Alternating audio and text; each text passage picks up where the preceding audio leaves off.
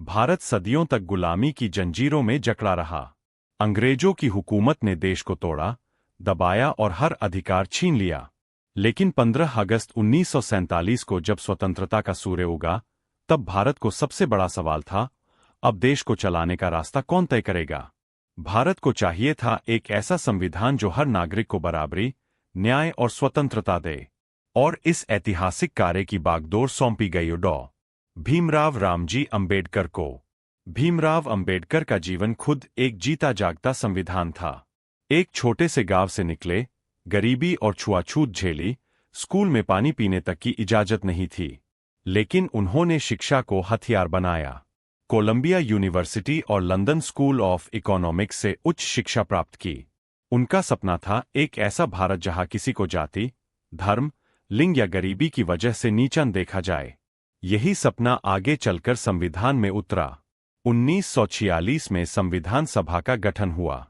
इसमें 389 सदस्य चुने गए। शुरुआत में यह जिम्मेदारी अलग अलग समितियों के बीच बंटी हुई थी। लेकिन जब बात आई संविधान के मसौदे, ड्राफ्ट की, तो सबकी निगाहें डॉ. अंबेडकर पर टिक गईं। 9 दिसंबर 1946 को संविधान सभा की पहली बैठक हुई और 29 अगस्त 1947 को डॉ. अंबेडकर को संविधान प्रारूप समिति का अध्यक्ष नियुक्त किया गया। यह कार्य आसान नहीं था। भारत में सैकड़ों जातियां, धर्म, भाषाएं और परंपराएं थीं। कुछ लोग चाहते थे भारत पूरी तरह धार्मिक सिद्धांतों पर चले, तो कुछ चाहते थे कि पाश्चात्य मॉडल अपनाया जाए। रियासतों और प्रांतों के अधिकारों को लेकर भी खींचतान थी। डॉ.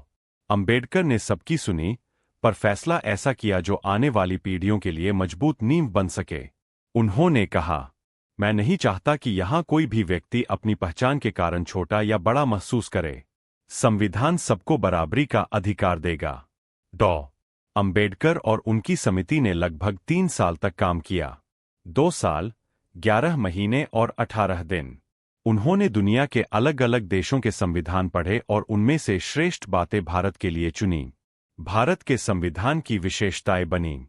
सार्वभौमिक मताधिकार, यूनिवर्सल अडल्ट फ्रैंचाइज, हर नागरिक को वोट का अधिकार, समानता का अधिकार, जाति, धर्म, लिंग के आधार पर भेदभाव समाप्त, स्वतंत्रता के अधिकार, बोलने, लिखने, धर्म मानने और जीवन जीने की स्वतंत्रता, न्याय की गारंटी, सामाजिक, आर्थिक और राजनीतिक न्याय, निर्देशात्मक सिद्धांत, जिससे सरकार लोगों की भलाई के लिए नीतियां बना सके, संघीय ढांचा और एकता, केंद्र और राज्यों का संतुलन। संविधान सभा में कई बार बहसें गर्म हो जाती थीं, कभी अधिकारों पर, कभी अल्पसंख्यकों के हित पर, कभी भाषा पर। डॉ. अंबेडकर ने हर बार धैर्य रखा। उन्होंने तर्क और तथ्यों से सबको समझाया। उन्होंने कहा, संविधान सिर्फ कागज का दस्तावेज नहीं, यह एक जीवंत दस्तावेज है। इसे समय समय पर बदला और सुधारा जा सकता है। 26 नवंबर 1949 को संविधान सभा ने संविधान को अपनाया। 26 जनवरी 1950 को यह लागू हुआ। यह दिन इसलिए चुना गया क्योंकि 1930 में इसी दिन कांग्रेस ने पूर्ण स्वराज का संकल्प लिया था। डॉ.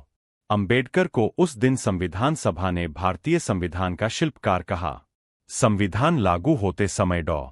अंबेडकर ने चेताया, हमारे पास राजनीतिक स्वतंत्रता है, लेकिन जब तक सामाजिक और आर्थिक समानता नहीं आती, तब तक यह स्वतंत्रता अधूरी है। उनके ये शब्द आज भी उतने ही सच है। भारत का संविधान आज दुनिया का सबसे बड़ा लिखित संविधान है। यह केवल कानूनों की किताब नहीं है, बल्कि डॉ. अंबेडकर का सपना है।